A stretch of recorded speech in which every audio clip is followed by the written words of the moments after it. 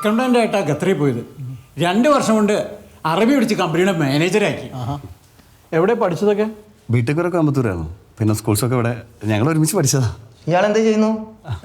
എന്താ ചെയ്യുന്നേ? ബിസിനസ്. എന്നാ പിന്നെ മോളെ വിളിക്കാം.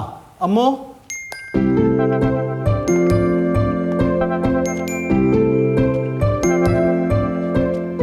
പെൺകുട്ടിയാണെങ്കിൽ ഇത്തിരി മോഡേൺ, നല്ല സുന്ദരി. പ്രകാശന്റെ മനസ്സിൽ അസൂയ മുളപൊട്ടാൻ തുടങ്ങി.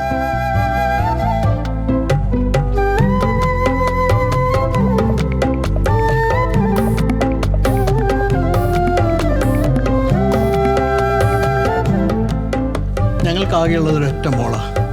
ഞാനുണ്ടാക്കിയതെല്ലാം അവൾക്ക് മാത്രമുള്ളതാണ്.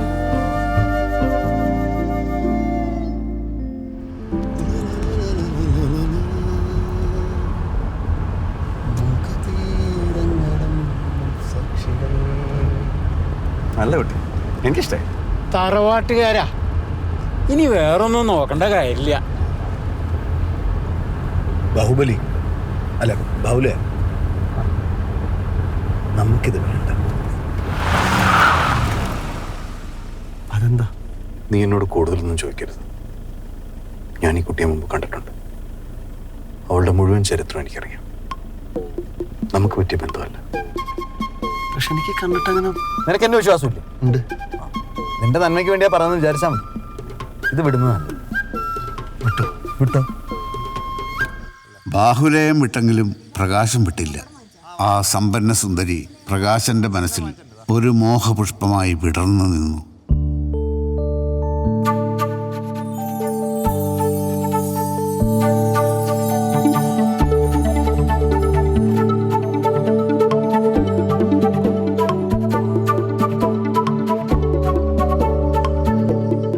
നേരായ മാർഗത്തിൽ അവളെ കിട്ടില്ല എന്ന് അറിയാവുന്നതുകൊണ്ട് പ്രകാശൻ പ്രണയമാർഗത്തിൽ ഒന്ന് സഞ്ചരിച്ചു നോക്കി.